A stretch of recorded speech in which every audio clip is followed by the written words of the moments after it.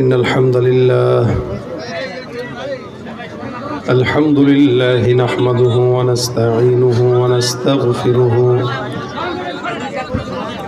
ونؤمن به ونتوكل عليه ونعوذ بالله من شرور أنفسنا ومن سيئات أعمالنا من يهده الله فلا مضل له ومن يضلله فلا هادي له ونشهد أن لا إله إلا الله وحده لا شريك له ونشهد أن سيدنا وسندنا وحبيبنا وحبيب ربنا وطبيبنا وطبيب قلوبنا ومولانا محمدا عبده ورسوله صلى الله عليه وعلى آله وأصحابه وبارك وسلم تسليما كثيرا كثيرا الذي أرسله الله تعالى بالحق بشيرا ونذيرا وداعيا إلى الله بإذنه وسراجا منيرا أما بعد فأعوذ بالله من الشيطان الرجيم بسم الله الرحمن الرحيم الله لا إله إلا هو الحي القيوم صدق الله مولانا العظيم وقال النبي صلى الله عليه وسلم من قرأ آية الكرسي في دبر كل صلاة مكتوبة لم يمنعه من دخول الجنة إلا أن يموت أو كما قال عليه الصلاة والسلام সকল জবান খুলে দুরূদ শরীফ পড়ি আল্লাহুম্মা সাল্লি আলা মুহাম্মাদ ওয়া আলা আলি মুহাম্মাদ কামা সাল্লাইতা আলা ইব্রাহিম ওয়া আলা আলি ইব্রাহিম ইন্নাকা হামিদুম মাজিদ আল্লাহুম্মা বারিক আলা মুহাম্মাদ ওয়া আলা আলি মুহাম্মাদ কামা বারাকতা আলা ইব্রাহিম وعلى آل إبراهيم إنك حميد مجيد الحمد لله আল্লাহ পাক রব্বুল আলামিনের দরবারে অসংখ্য শুকরিয়া যে রব্বুল আলামিন আজকের এই মজমায় আমাদেরকে গভীর রাত পর্যন্ত ইমানে কিছু মুযাকারায় শামিল হওয়ার তৌফিক দান করেছেন। কালিমাতুশ শুকর আদায় করি, সকলে বলি আলহামদুলিল্লাহ। মানুষ এই বৃষ্টির ভিতরেও প্রতিকূল আবহাওয়ার ভিতরেও যারা আসছেন আলহামদুলিল্লাহ, লেকিন আওয়াজটাকে একটু বাড়ায় দিতে হবে, তাহলে এই মানুষের পূর্ণতা পাবে। আল্লাহ পাক যেহেতু আমাদেরকে এত চমৎকার একটা আয়োজন করার সৌভাগ্য দিয়েছেন এবং সুযোগ করে দিয়েছেন, এখন যদি বৃষ্টি হতো তাহলে আমরা এখানে বসতে পারতাম না।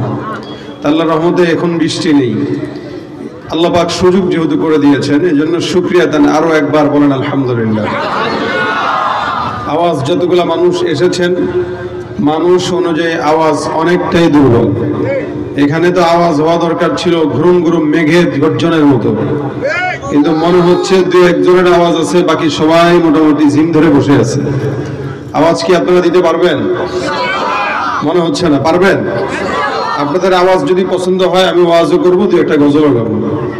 আর যদি আওয়াজ পছন্দ না হয় শুধু আলোচনা করে চলে যাব। এখন বাকিটা দায়িত্ব আপনাদের কাছে দিলাম। এত বেশি খোঁচাখুচি করতে পারবো না, যদি মন চায় কথা বলেন, মন চাইলে আওয়াজ দিয়ে, আর না মন চাইলে চুপচাপ বসে থাকেন, আমিও চুপচাপ আলোচনা করে চলে যাই। বাস এতটুকু আপনাদের সাথে কথা, বাকি আলোচনা আপনাদের উপর নির্ভর করে হবে ইনশাআল্লাহ।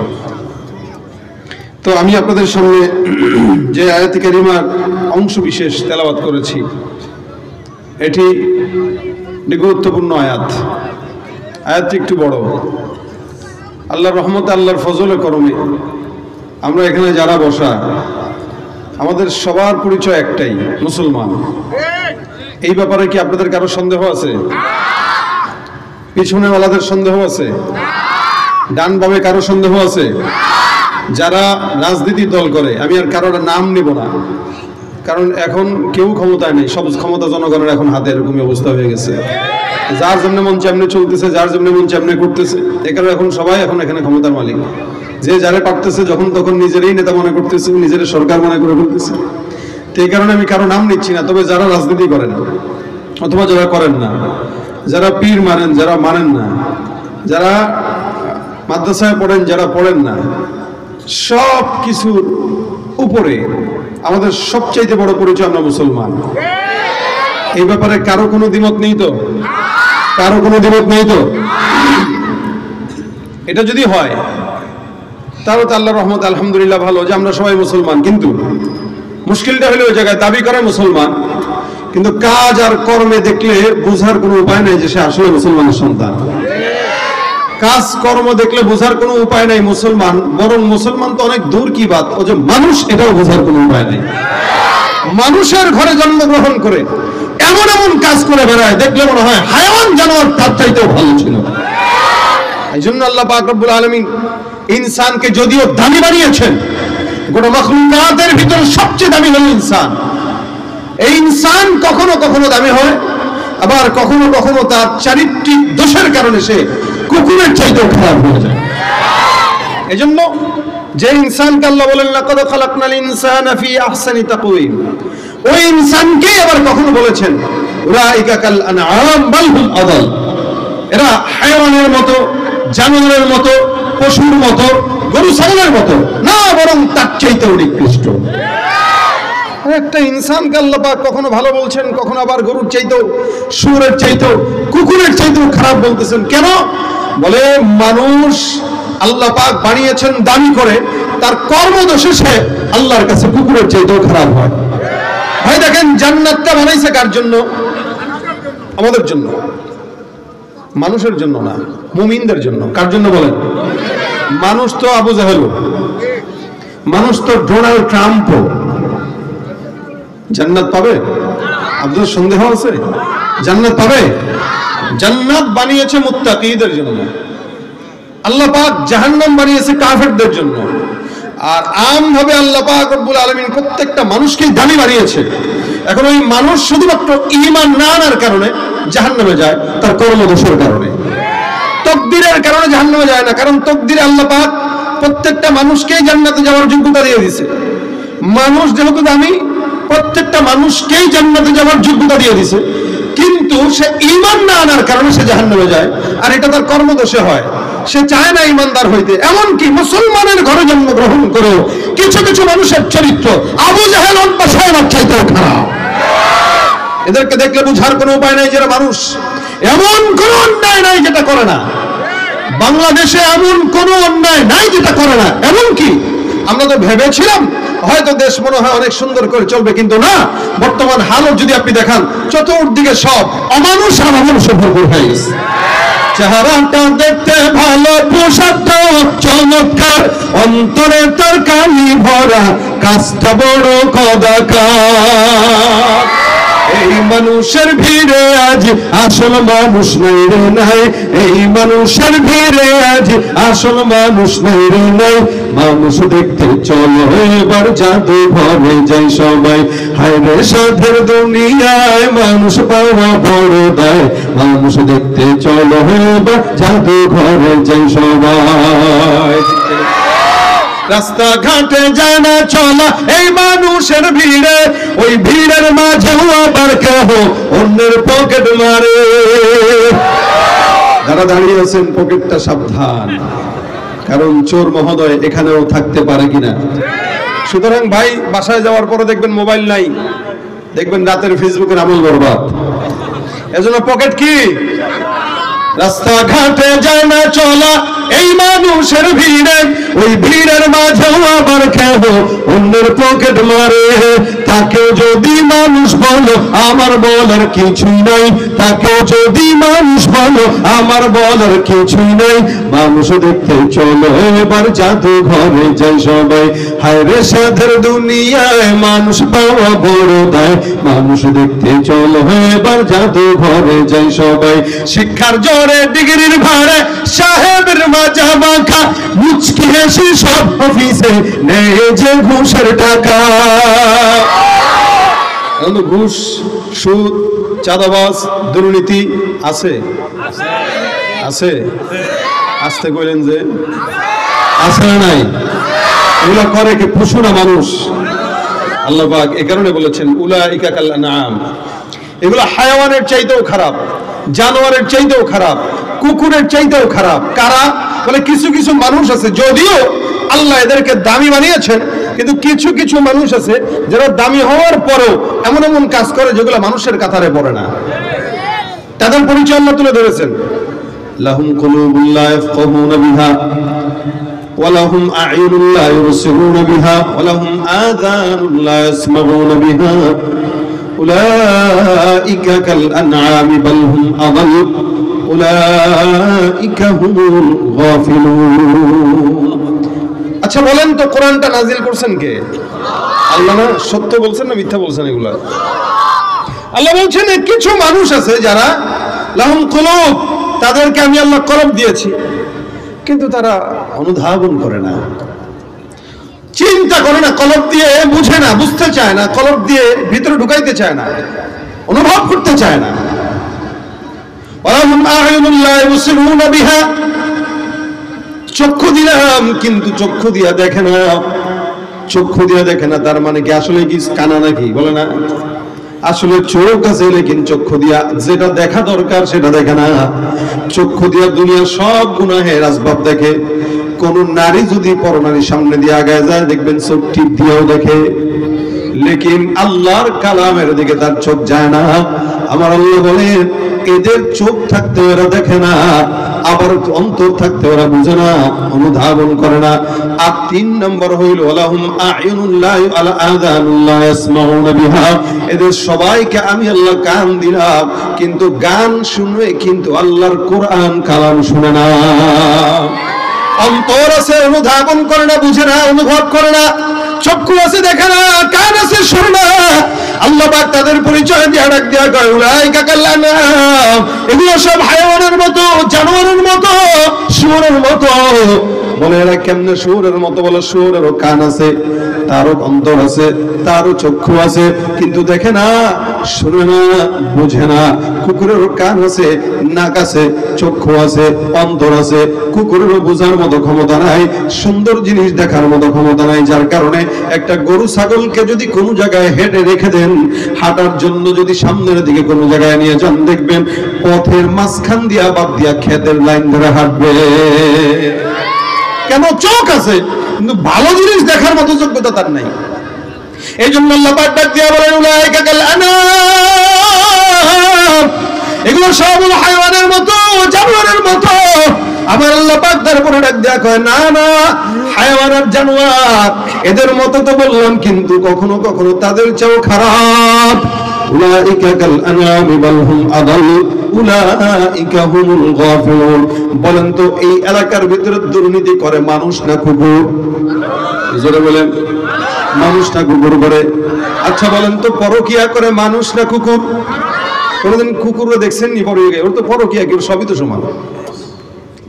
জায়গায় বেজায়গায় যখন মন চায় তখন কুকুরে দেখবেন বসে যায় বাচ্চা ফুটানোর জন্য। লজ্জা নাই, শরম নাই, যেখানে খায় সেখানেই হাগে, যেখানে মন চায় সেখানে একটা একটা ধরে বসে। আল্লাহ বলে সমাজের কিছু মানুষ রবির জানোয়ার আছে, এরা যেখানে মন চায় সেখানেই পার্কের নিচে, গাছের নিচে বসে বসে হারামে লিপ্ত হয়। এগুলার কুকুরের ভিতরে পার্থক্য কোথায়? তারপর আল্লাহ পাক বলেন বাল হুম আযাল, কুকুরের চাইতেও খারাপ। অফিস আদালতে ঘুষের টাকা, সুদের টাকা, দুর্নীতির টাকা যত অন্যায় করে, মানুষের জায়গা মারে, হক নষ্ট করে, দোকানের ভিতরে ব্যবসায় 2 নম্বরই করে, কুকুর না মানুষ? এরকম তো হয় না, এলাকার ভিতরে দোকান আছে 10টা, দোকানের থেকে মোটামুটি 7-8 টাকা নেওয়ার জন্য কুকুর কি কোনোদিন যায় না, মানুষ যায়?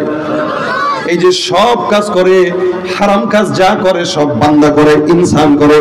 আল্লাহ পাক বলেন যে কাজটা কুকুর করে না, বিড়াল করে না, হায়াওয়ান করে না, জানোয়ার করে না, ওই কাজ মানুষ হয়ে তুমি করো। আমি আল্লাহ এই কারণে বললাম তুই হায়াওয়ান জানোয়ারের চাইতেও খারাপ।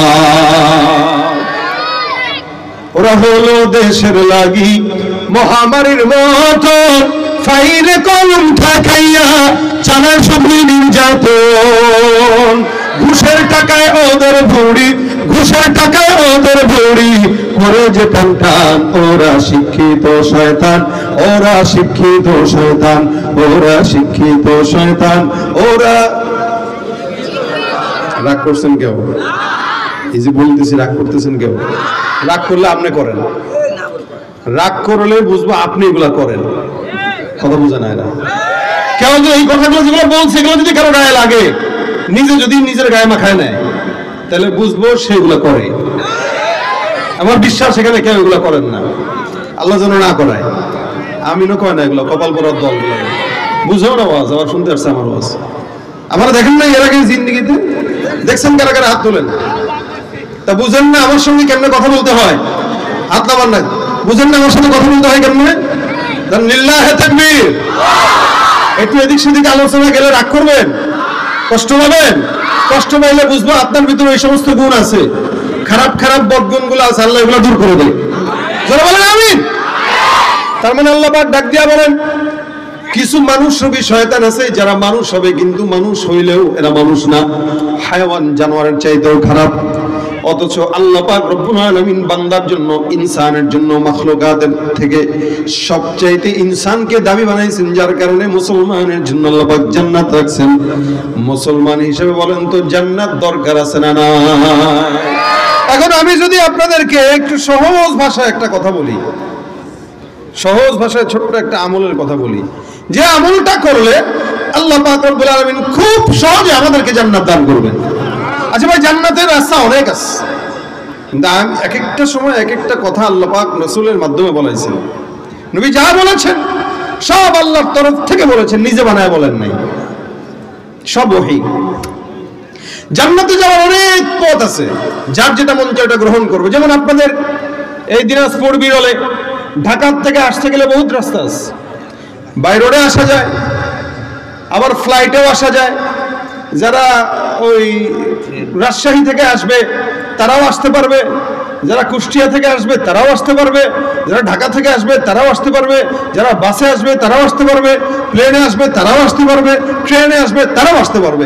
মাকসাদ হলো দিনাজপুর আসা। এখন আমার জন্য মন চাই আমি এমনি আসবো। এখন কারো সিদ্ধান্তের কারণে কেউ হয়তো 1 ঘন্টায় আসে, আর সিদ্ধান্তের কারণে কেউ হয়তো 10 ঘন্টায় আসে। কথা বুঝেন নাই? সিদ্ধান্তের কারণে আমি আসছি 1 ঘন্টায়, আবার সিদ্ধান্তের কারণে আমি যদি রাত্রেবেলা বাসে উঠি তাহলে যাবো হলো 7-8 ঘন্টায়, কিন্তু যাবো তো নাকি, অথবা আসবো তো। জান্নাতে যাওয়ার অসংখ্য রাস্তা আছে। হয়তো কেউ মনে করে যে এই পথে হাঁটলে মনে হয় জান্নাত পাওয়া যাবে, আবার কেউ মনে করে ওই পথে হাঁটলে মনে হয় জান্নাত পাওয়া যাবে, কিন্তু সিদ্ধান্তের ভুলের কারণে অনেক সময় কারো জান্নাতে ঢুকতে 10 বছর দেরি হয়ে যাবে, আবার অনেক সময় কিছু বান্দার সাথে সাথে জান্নাতে চলে যাবে। আমি যে ছোট্ট আমলটার কথা বলবো, রাসূল সাল্লাল্লাহু আলাইহি ওয়াসাল্লামের কথা অনুযায়ী এই আমলটা যদি কেউ করে ও মরার সাথে সাথে জান্নাতে চলে যাবে। একটু জোরে বলেন সুবহানাল্লাহ। এই যে বললেন সুবহানাল্লাহ, গুনাহ হইল? গুনাহ হইল? কি হইল বলেন না, কি হইল? আবার সওয়াব যদি হলো, সওয়াবের ভিতরে কি হলো? রাসূল বলেন ইন্না ফিল জান্নাতি লাশাজারা। কেউ সুবহানাল্লাহ একবার পড়বে তো জান্নাতে গাছ পেয়ে যাবে। জোরে বলেন সুবহানাল্লাহ। তাহলে সুবহানাল্লাহ আলহামদুলিল্লাহ যত বলবেন সওয়াব, এবং এই সওয়াব কামানোর সময় হলো দুনিয়ায়, আখিরাত না। যতদিন হায়াত আছে ততদিন জবান খুলবে তো আল্লাহ পাক সওয়াব দিবে। নবী করিম সাল্লাল্লাহু আলাইহি ওয়াসাল্লাম বলেন যদি জান্নাতে যেতে চাও তাহলে আমল হলো এটা, যে আমলে সোজা জান্নাতে চলে যাবে। এজন্য আমি আয়াতে কারিমার অংশ বিশেষ তেলাওয়াত করেছি, যেহেতু আপনি আমি মুমিন, ইমানদার হিসেবে আমরা সবাই এক আল্লাহকেই স্বীকার করি, আল্লাহর সঙ্গে অন্য কাউকে শরীক করি না। কিন্তু আমাদের সমাজে জানি না বিরলে আছে কিনা, আমাদের এই সমাজে অনেক বান্দা আছে যারা আল্লাহকে বাদ দিয়া বিভিন্ন জায়গায় জায়গায় যায়, মাজার অথবা অন্য জায়গায় যায় ইমান বিক্রি করে দেয়। আল্লাহকে পছন্দ হয় না। পীরের দরবার, যেই পীর লুঙ্গি পরে না, যেই পীরের জট মোটামুটি সামনে পিছনে উপরে নিচে সব সমান, যে পীর ঠিক মতো এক সপ্তাহ গোসলও করে না, এমনও পীর আমাদের দেশে আছে। আল্লাহ পাক রব্বুল আলামিন এই কারণে বলেন, বান্দা ঈমান আনবা আগে। ইসলামের মূল ভিত্তি পাঁচটির ভিতরে এক নম্বর শাহাদাতু আল্লা ইলাহা ইল্লাল্লাহ, লা ইলাহা ইল্লাল্লাহ স্বীকারোক্তি দেওয়া হলো ঈমানের এক নম্বর শর্ত। এখানে আপনি আমি প্রত্যেকেই ঈমানদার হিসেবে আমরা এখানে আছি, যার কারণে আমরা সব সময় বলি লা ইলাহা ইল্লাল্লাহ মুহাম্মাদুর রাসূলুল্লাহ। আল্লাহ পাক কোরআনের শুরুতে বলে দিয়েছেন আলিফ লাম মিম যালিকাল কিতাবু লা রাইবা ফীহি হুদাল লিল মুত্তাকিন আল্লাযীনা ইউমিনুনা বিল গায়ব। অদৃশ্যের প্রতি বিশ্বাস করার নাম ঈমান। কোন বান্দা যখন অদৃশ্যের প্রতি বিশ্বাস করবে, আল্লাহ পাক রব্বুল আলামিন ওই বান্দাকে বিশ্বাস করার কারণেই তো আল্লাহ পাক রব্বুল আলামিন তাকে দামি বানিয়ে দিবে। শুধুমাত্র ঈমানের বিশ্বাস যদি কারো দিলে থাকে, রাসূলুল্লাহ হাদিসে বর্ণনা করেন, মান ক্বালা লা ইলাহা ইল্লাল্লাহ ঈমানান ওয়া ইহতিসাবান ফাদাখালাল জান্নাহ। আল্লাহ নবী বলেন, ঈমানের সঙ্গে ইহতিসাবের সঙ্গে কেউ যদি কালিমা পাঠ করে, আমার আল্লাহ ওই বান্দাকে জান্নাত দান করে দিবেন। সুবহানাল্লাহ। শুধুমাত্র কালিমা পাঠ করার দ্বারা বান্দা জান্নাতি হবে। তবে হ্যাঁ, তার আমলের কারণে কখনো সে জান্নাতে আগে ঢুকবে, কখনো বা পিছে ঢুকবে। এটা হলো পার্থক্য। তা আমরা কি পিছে ঢুকতে চাই না আগে ঢুকতে চাই? আমি আগে ঢুকতে চাই। আপনারা ঢুকতে চান কিনা জানি না। চান তো ইনশাআল্লাহ? আল্লাহ তৌফিক দান করুন। ভাই, আমরা যেই বদকার, আমরা যেই বদআমলী, জানি না আল্লাহ জান্নাত দেয় কিনা, তবে ইনশাআল্লাহ এতটুকু বিশ্বাস আল্লাহর প্রতি আছে যে শেষ জামানার ফিতনার যুগে গানের প্যান্ডেল বাদ দিয়া দ্বীনের কিছু আলোচনা শোনার জন্য বসছে, যেহেতু আল্লাহ আমাদেরকে মাফ করে দেবে ইনশাআল্লাহ। এতটুকু বিশ্বাস আছে। শুধু বিশ্বাস না, বিশ্বাসের চূড়ান্ত পর্যায়ে আছে। কারণ আজকের এই মজমাকে ফেরেশতারা চতুর্দিক থেকে ঘেরাও করে রাখছে, এবং ঘেরাও করে করে আল্লাহ পর্যন্ত চলে গেছে। আল্লাহ জিজ্ঞাসা করবে তাদেরকে, এই ফেরেশতারা বান্দারা কি চায়? ফেরেশতারা বলবে, আল্লাহ এরা তোমাকে চায়। আমারও দেখছে? বলে দেখে তো নাই। তার কি চায়? তোমার জান্নাত চায়। জান্নাত দেখছে? দেখে তো নাই। আর কি চায়? বলে জাহান্নামের আযাব থেকে নাজাত চায়। জাহান্নাম দেখছে? তাও দেখে নাই। জান্নাত দেখে নাই, জাহান্নাম দেখে নাই, আমাকে দেখে নাই। এটা কেন বসলো?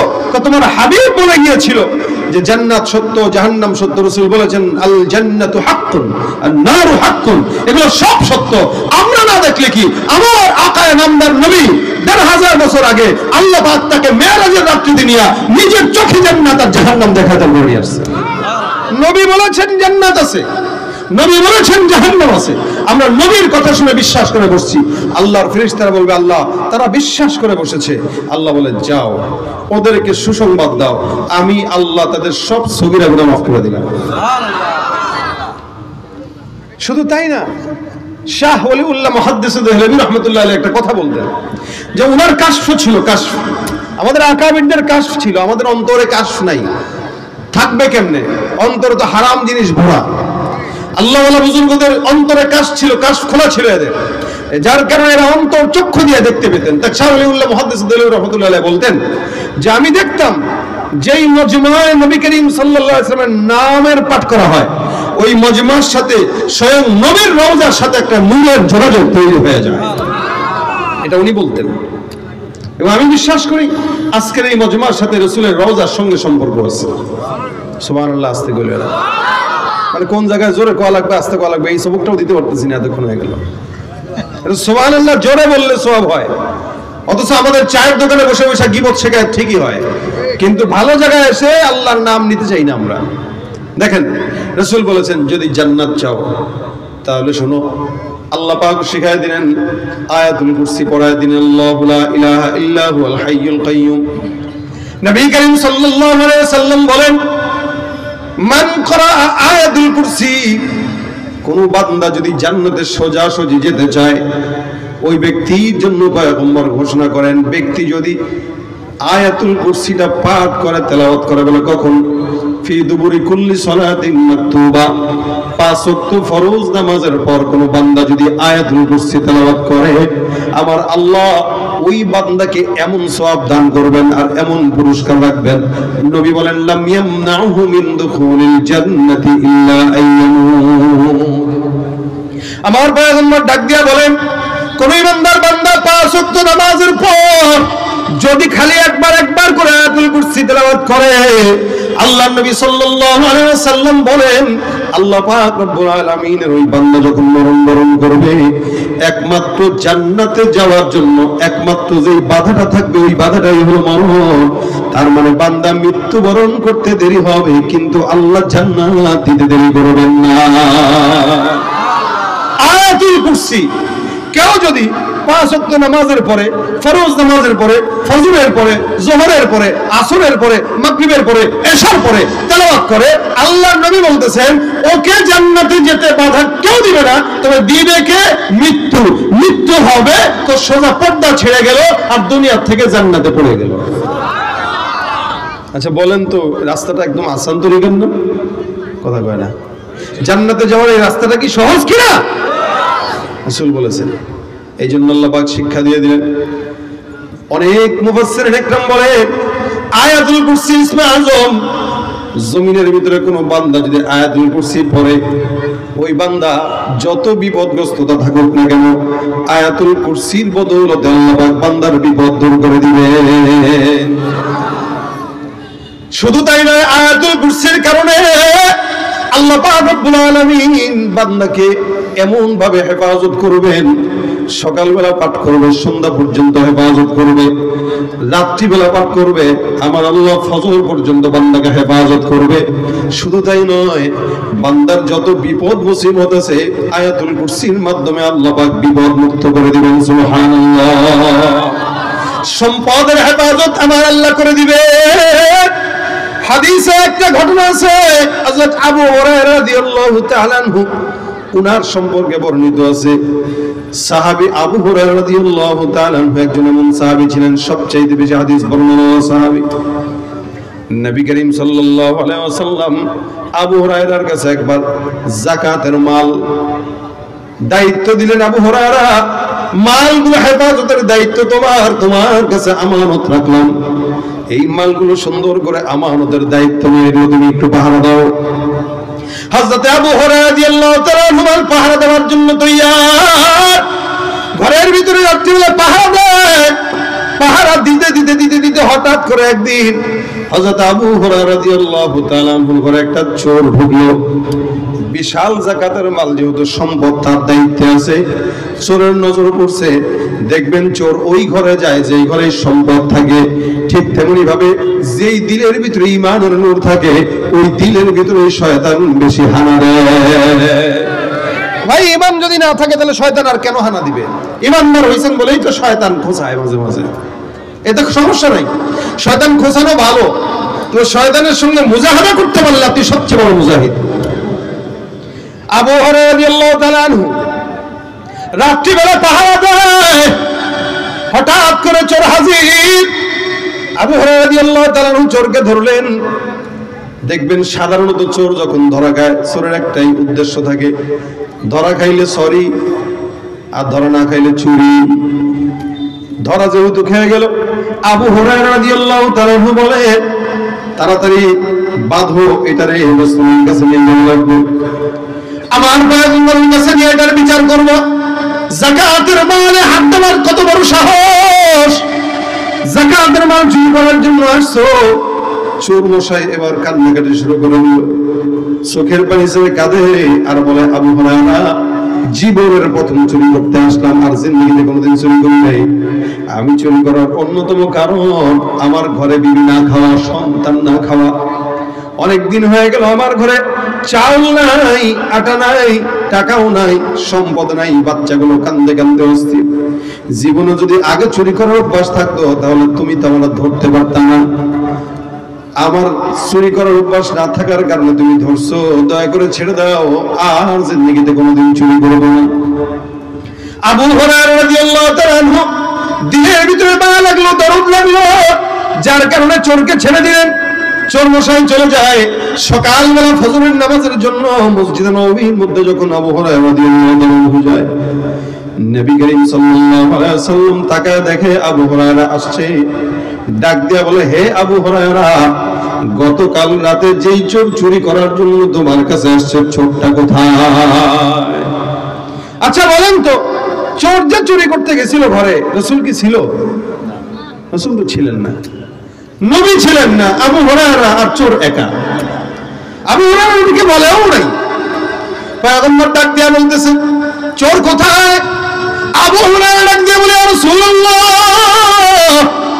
গতকাল রাত্রিবেলা চোর যখন ধরলাম, চোর ধরার পর ডাক দিয়া বললো, ভাই আমার ঘরের ভিতরে রাখা সন্তান খাবার পায় না, বিবি খাবার পায় না, যার কারণে দিনের ভিতরে দরদ লাগার কারণে আমি চোরকে ছেড়ে দিছি। চোর আমার কাছে ওয়াদাবদ্ধ হয়েছে আর কোনোদিন চুরি করবে না। আল্লাহ নবী ডাক দিয়া, আবু হুরায়রা, আমি নবী বললাম আজকে রাত্রেও চোর আবার চুরি করার জন্য আসবে। আবু হুরায়রা ডাক দিয়া বলে, হুজুর কি বলেন? গতকাল রাতে যেমন মাফ চাইছে, মনে হয়েছে ওর মতো তো আল্লাহ ওয়ালার কেউ হবে না। ভাই চোরের অভ্যাসই এটা, চুরি করবে আর ধরা খাবে আর মার খাবে আর বলবে ভাই আর জিন্দেগিতে করবো না।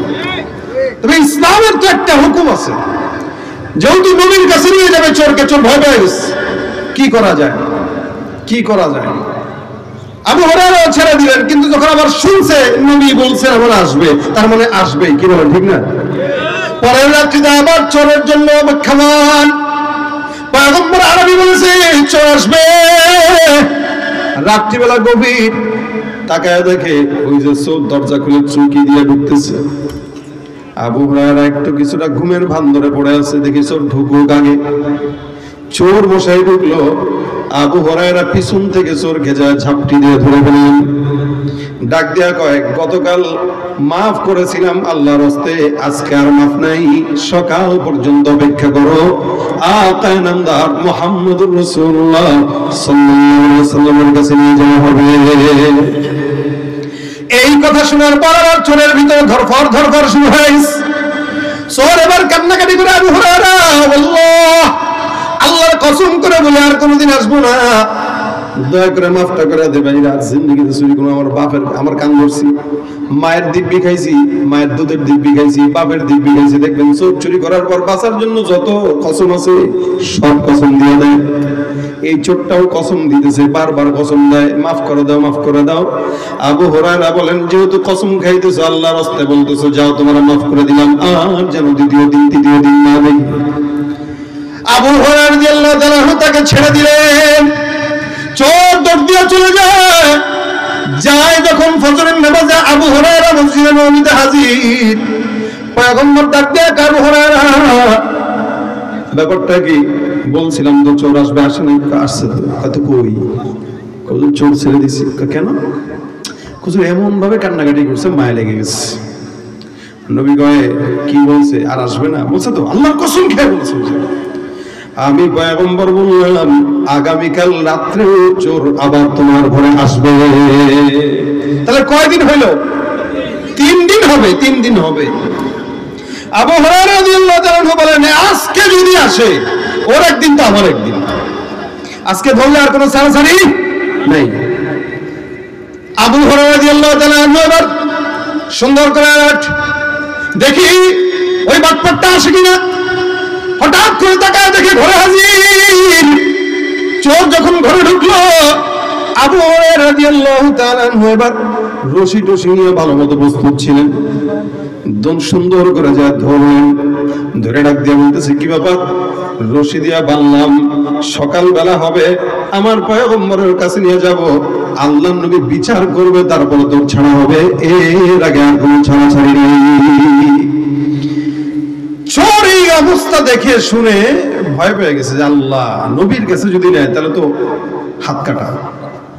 ইসলামের একটা বিধান আছে, চুরি করলে হাত কাটা। السارق والسارقة فاقطعوا أيديهما جزاء بما كسبا نكالا من الله।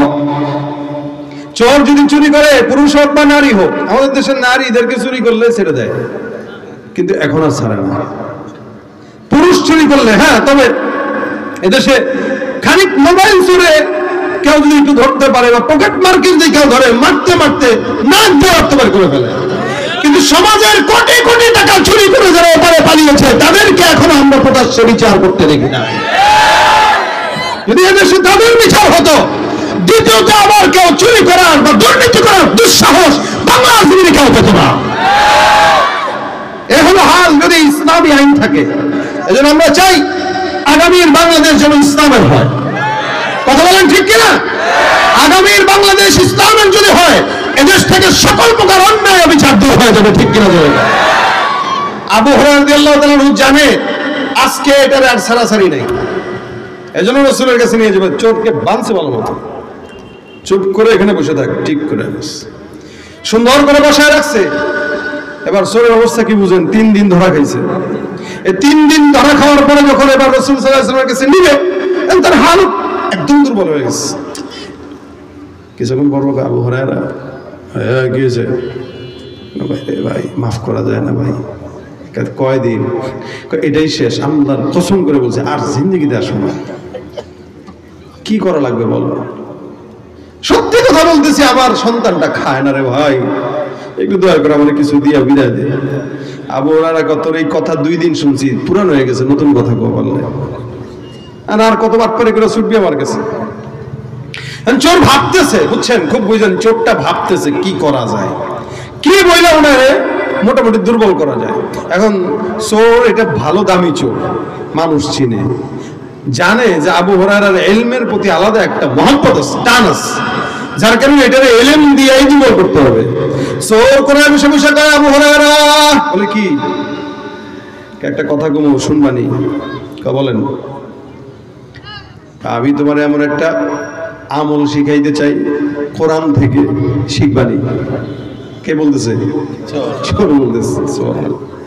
চোর বলতেছে তোমার আমি একটা আমল শিখাবো, শিখবানি? তুই আমার আমল শিখাবি কোরআনের থেকে? কহ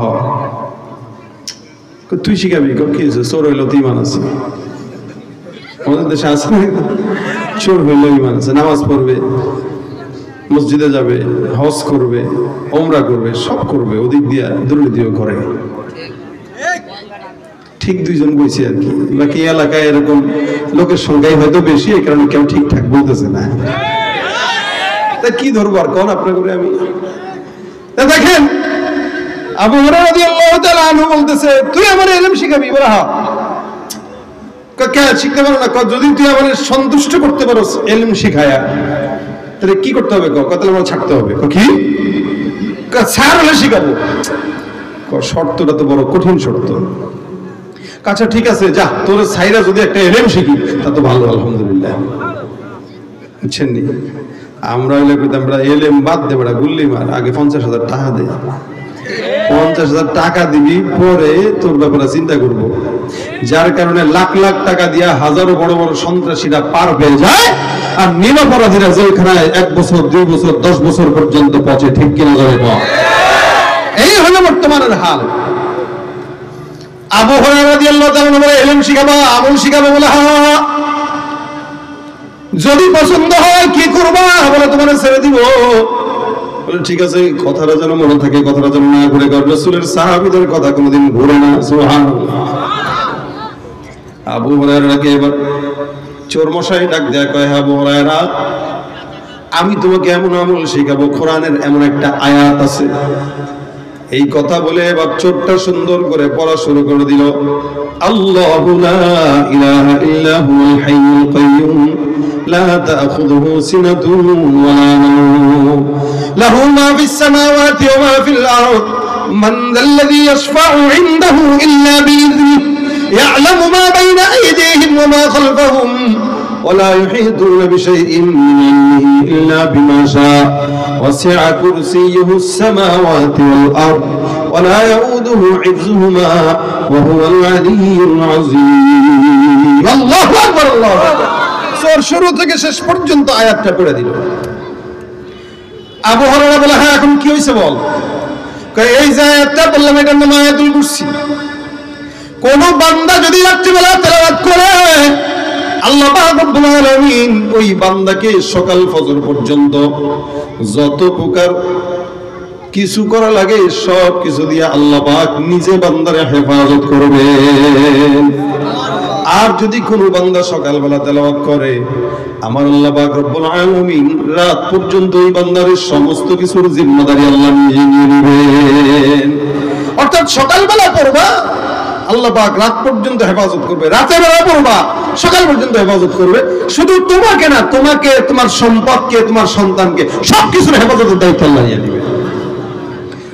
এই আমলটা আবু হুরায়রার জানা ছিল না। আবু হুরায়রা জানতেন না যে এটা এর একটা গুরুত্বপূর্ণ আমল। আবু হুরায়রা রাদিয়াল্লাহু তাআলা বলেন, কি বলে? সত্যি বলে, সত্যি আল্লাহ পাক শয়তান থেকে, জিন্নাত থেকে হেফাজত করবে যদি কেউ এই আয়াত রাত্রেবেলা সকালবেলা পড়ে। আবু হুরায়রা কাহারে, আমি তো জানতাম না এমন একটা আমল আছে, আজকে জানলাম। যেহেতু তোমার দেয়া আমলটা আমার পছন্দ হয়েছে, তোমার দেয়া ইলমটা আমার পছন্দ হয়েছে, যাও যাও, আমি আবু হুরায়রা তোমাকে ছেড়ে দিলাম, তুমি মুক্ত। চোরকে ছেড়ে দিয়ে দিয়েছে কিসের বদৌলতে? ইলমের বদৌলতে। এবার সকালবেলা রাসূলের কাছে গেছেন, নবী ডাক দেয়া কয়, কি রে আবু হুরায়রা, খালি হাতে কেন? হুজুর, একটা কাহিনী হয়ে গেছে আর কি। কি কাহিনী? ধরছি যখন আমার হুট করে কয়, তোমার একটা ইলম শিখাবো, শিখবানি। এখন একটা ইলম শিখবো, যার কারণে আমি পাগল হয়ে গেলাম, ইলম তো শেখা দরকার। চোর শর্ত দিছে ইলম শিখলে তাকে ছেড়ে দিব।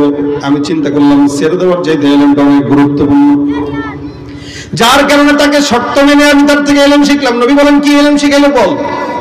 আবু হুরায়রা বলেন, সে আমাকে বলে গেছে, রাত্রি বেলা কেউ যদি আয়াতুল কুরসি পড়ে, সকাল বেলা কেউ যদি আয়াতুল কুরসি পড়ে, আমার আল্লাহ ওই বান্দাকে সারা দিনের জিম্মাদারি আল্লাহ নিজের দায়িত্ব নিয়ে নেবেন। নবী ডাক দিয়া বলেন, ইন্নাহু কদ সাদাকাক, মনে রাখবা যে তোমার কাছে আসছে, তোমাকে এগুলা বলছে, এটা অবশ্যই সত্য বলেছে, কিন্তু যাকা শয়তান, যে লোকটা আসছে এটা আসলেই চোর নয়, এটা হলো ইবলিস, শয়তান। এবার বুঝছেন নি আসল কথা? তার মানে এতদিন যে চোর হিসেবে আসছে, এটা চোর না, এটা হলো শয়তান। যেহেতু আবু হুরায়রার কাছে রাসূলের একটা আমানত আছে, জনগণের আমানত আছে, এটার বরকত নষ্ট করার জন্য চোর আসছিল, কিন্তু নবীর সাহাবী দেখা ধরা খেয়ে গেছে। রাসূল বলতেছেন তার কথা সত্য, মতলব খারাপ, লেকিন যে যেটা বলেছে এটা কিন্তু সত্য বলেছে। কোন ইমানদার যদি রাত্রিবেলা পড়ে, সকাল পর্যন্ত জিম্মাদারি আল্লাহ নেবেন, সকালবেলা পড়ে তো রাত পর্যন্ত জিম্মাদারি আল্লাহ পাক নিয়ে নেবেন। শুধু তাই না, আবু হুরায়রা, কেউ যদি 5 ওয়াক্ত নামাজের পরেও পড়ে, আল্লাহ পাক তাকে বিনা হিসেবে জান্নাত দিয়ে দেবেন। ছোট্ট একটা আমল, ছোট্ট একটা আমল। উবাই ইবনে কাবের থেকে আরেকটা হাদিস বর্ণনা আছে, উনি বলেন, আমি একবার আমার বাগানে ফসল দেখার জন্য গেলাম। তো ফসল দেখার জন্য যায়, তাকায় দেখি এই সাইজের একটা লোক, ছোট্ট, এতটুকুন সাইজ, একটু চোখে ভাসায়েন, এতটুকুন একটা সাইজের মানুষ একটা বাগানে এক কোনায়, ঝড় জঙ্গলের কোনার ভিতরে দাঁড়ায় দাঁড়ায় এমনি এমনি তাকাইতেছে। দূর থেকে দেখছেন, কি এটা কে? উনি সাথে সাথে সামনে গেছেন, সামনে যে হাতটা এমনি খপ করে ধরে ফেলছেন। ধরে হাতটা তাকায় দেখে হাতের পশম এই বড় বড় পশম, নখ বড় বড়, পশম বড় বড়, এবং চেহারা সুরত একটু অন্যরকম, সম্ভবত হয়তো লেজও আছে বা এই টাইপের কিছু, আকৃতি মানুষের মতো না, আবার মানুষের মতো, কালো কুৎসিত চেহারা। তুই কে? তোরা তো সুবিধার মনে হইতেছে না। সাহাবী ধরে বলছেন, তোরা তো সুবিধার মনে হইতেছে না, তুই কে বল, তুই কে বল। বলে না কিছু, আমরা ছেড়ে দেন, ছেড়ে দেন, ছেড়ে দেন। বল তুই কে? ছাড়বেন তাহলে বলবো। তুই আগে বলবি তারপরে ছাড়বো, তুই কে বল। আমি, মাফ করেন, আমি হলাম শয়তান। তোর চেহারা দেখে বুঝছি তুই শয়তান। তুই কেন আসছিস আমার বাগানে? বলে, একটু ফসলের বরকত নষ্ট করার জন্য আসছি। তবে আপনি কাম বলেন, আচ্ছা তুই যে আসবি, তোর থেকে তো আমার বাঁচা দরকার, তোর থেকে তো বাঁচা দরকার, বাঁচার উপায়টা বলবো। তো ওই শয়তান উবাই ইবনে কাবকেও এই কথা বলেছে যে, হ্যাঁ তুমি যদি আয়াতুল কুরসি পড়ো, তাহলে আমার মতো শয়তান যেগুলো আছে এগুলার অনিষ্টতা থেকে আল্লাহ তোমাকে হেফাজত করবে। অর্থাৎ দেখবেন আপনারা এখানে লিচুর বাগান আছে না, দিনাজপুর লিচুর জন্য বিখ্যাত, তো যদিও বিখ্যাত কিন্তু আমরা ঢাকার মানুষরা দিনাজপুরের লিচু পাই কম। এই যে লিচুর জন্য বিখ্যাত, অথবা আমের জন্য বিখ্যাত, আলুর জন্য বিখ্যাত, দেখবেন ফসল লাগাইছেন, ফসলে বরকত হয় না, নষ্ট হয়ে যায়, পোকায় ধরে যায়। এই যে বরকত গুলো শয়তান নষ্ট করে। আয়াতুল কুরসি পড়বেন, নিজে নিজেই পরে একটু ফুটু দিবেন, মাঝে মাঝে পানি দিয়ে ফু দিয়ে পানি একটু ছড়ায় দিবেন, মাঝে মাঝে একটু হুজুরদেরকে দিয়ে পানি নিয়ে একটু ফু দিয়ে অবস্থায় ছড়ায় দেন। আয়াতুল কুরসির বদৌলতে আল্লাহ পাক ফসলে বরকত দিবেন ইনশাআল্লাহ।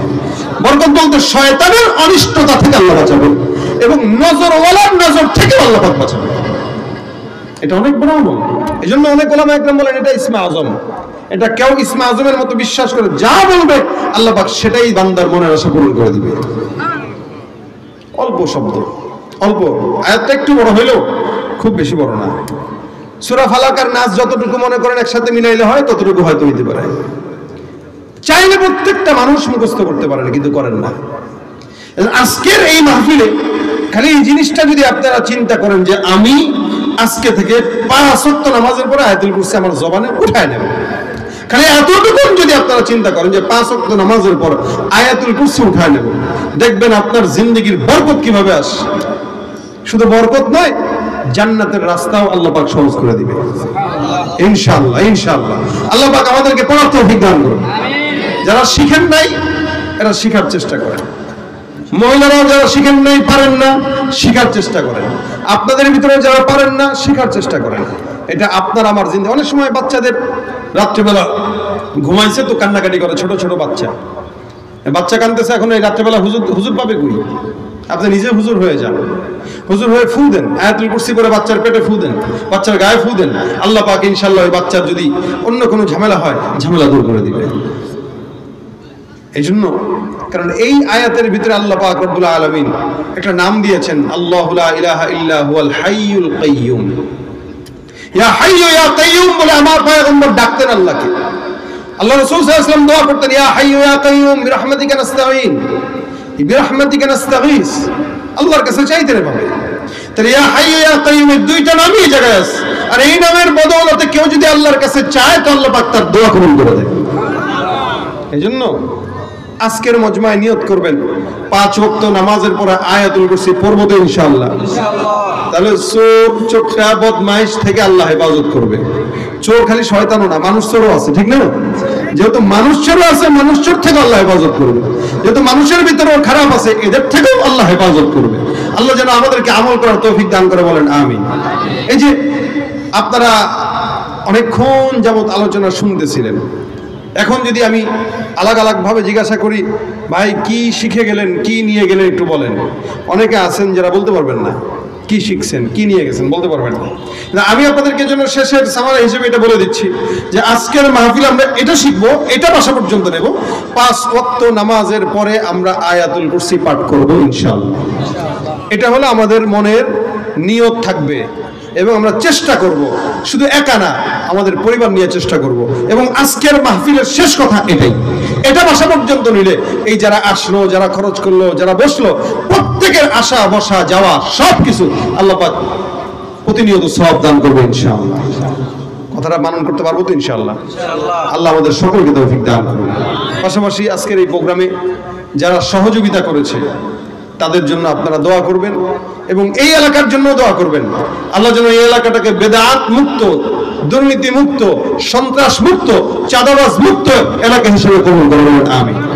আপনারা বসছেন এই পর্যন্ত, সকলের জন্য আমি দোয়া করি আল্লাহ পাক আপনাদের সকলকে আজকের মাহফিলের মূল যেই কথা, এই কথাটা কবর পর্যন্ত নেওয়ার তৌফিক দান করুন, জোরে বলেন আমিন। কথা এতটুকুই। রাত যেহেতু গভীর, আবার আমরা ফজর করব, আমার আবার সকালে ঢাকায় যেতে হবে। সবকিছুর পরে এতটুকুন কথা, অল্প আমল নাজাতের জন্য যথেষ্ট। আল্লাহ আমাদের সকলকে এই কথাগুলো নাজাতের উসিলা বানায় দেখ। ওলামা একরামরা এখানে ছিলেন, স্টেজে অনেক ভাইরা ছিলেন, সম্মানিত মানুষরা ছিলেন, আপনারাও সামনে যারা বসা ছিলেন। আমরা সকলের জন্য দোয়া করবো আল্লাহ পাক যেন সকলের জানে মালে ইমানে আমলে হায়াতে বরকত দান করে। পাশাপাশি এলাকায় যারা অসুস্থ আছেন, এই মাহফিলেও যারা সহযোগিতা করেছেন, যার মনের যেই নেক মাকাসেদে হাসানাগুলো আছে, আল্লাহ পাক নেক মাকাসেদে হাসানাগুলোকে পূরণ করে দেখ, বলেন আমিন। বাস এতটুকুই এ পর্যন্ত। আবার কখনো যদি দেখা হয় আমরা ইনশাআল্লাহ আপনাদের সামনে কথা বলবো। আল্লাহ পাক যেন আজকের এই মজমাকে কামিয়াবি দান করে ভরপুর। আল্লাহ পাক যেন শেষ পর্যন্ত যে কথাগুলো বললাম কোনো ভুল ত্রুটি থাকলে আল্লাহ পাক যেন এগুলো ক্ষমা করে দেয়। সকল দুরূদ পড়ুন। আল্লাহুম্মা সাল্লি আলা সাইয়্যিদিনা ওয়া নাবিয়িনা ওয়া শাফিঈনা ওয়া হাবিবিনা মাওলানা মুহাম্মদ সাল্লাল্লাহু আলাইহি ওয়া আলা আলিহি ওয়া আসহাবিহি ওয়া বারাকা ওয়া সাল্লাম। আস্তাগফিরুল্লাহ রাব্বি মিন কুল্লি যামবি ওয়া আতুবু ইলাইহি। লা হাওলা